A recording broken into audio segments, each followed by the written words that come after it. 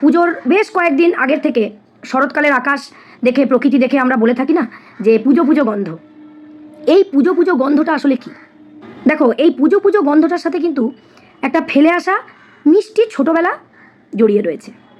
এখনকার পুজোর গন্ধে যে একটা বিশাল জাঁকজমক রংচঙে একটা বিশাল একটা আড়ম্বর থাকে না, বেশিরভাগ মানুষের ক্ষেত্রেই পুজোর গন্ধ কিন্তু এই আড়ম্বরপূর্ণ পুজোটা নয়। না, পুজোর গন্ধ কিন্তু সেটাই যে গন্ধটা আকাশে বাতাসে ছড়িয়ে থাকতো।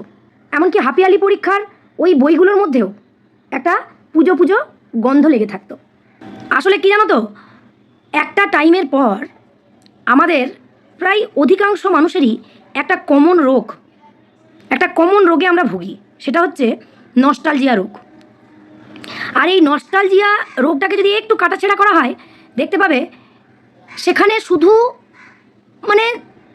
স্মৃতিতে ভরা, শুধু স্মৃতি। আর যেখানেই স্মৃতি সেখানেই হচ্ছে বেদনা। স্মৃতির মধ্যে অনেক সুখস্মৃতি রয়েছে, তাও সেগুলো একটা টাইমে এসে তোমাকে বেদনা দেবে।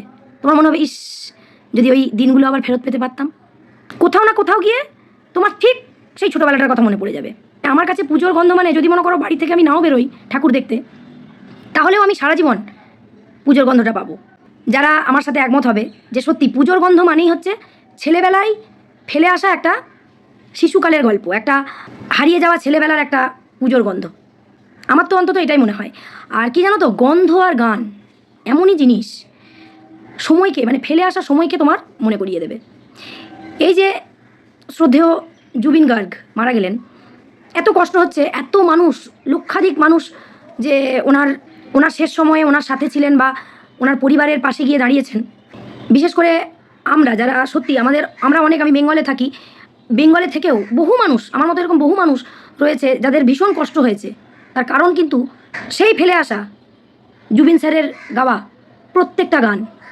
একবার চিন্তা করে দেখো, আমাদের যখন টিনেজ ছিলাম আমরা, সেই সময় যে কটা গান জুবিন স্যারের গলায় আমরা শুনেছি, আজকে কিন্তু ফেসবুকের বলো বা ইউটিউবের বলো, প্রত্যেকটা পাতায় পাতায় সেই গানগুলো যখন শুনছি, আমাদেরকে সেগুলো কষ্ট দিচ্ছে। মানুষটার প্রতি শ্রদ্ধা যেমন বেড়ে যাচ্ছে, সেই সময়টাকে কিন্তু আমাদের মনে করিয়ে দিচ্ছে। ঠিক সেরকম গন্ধও তাই। তুমি ধরো কলেজ লাইফে কোনো একটা পারফিউম বা সেন্ট ইউজ করতে,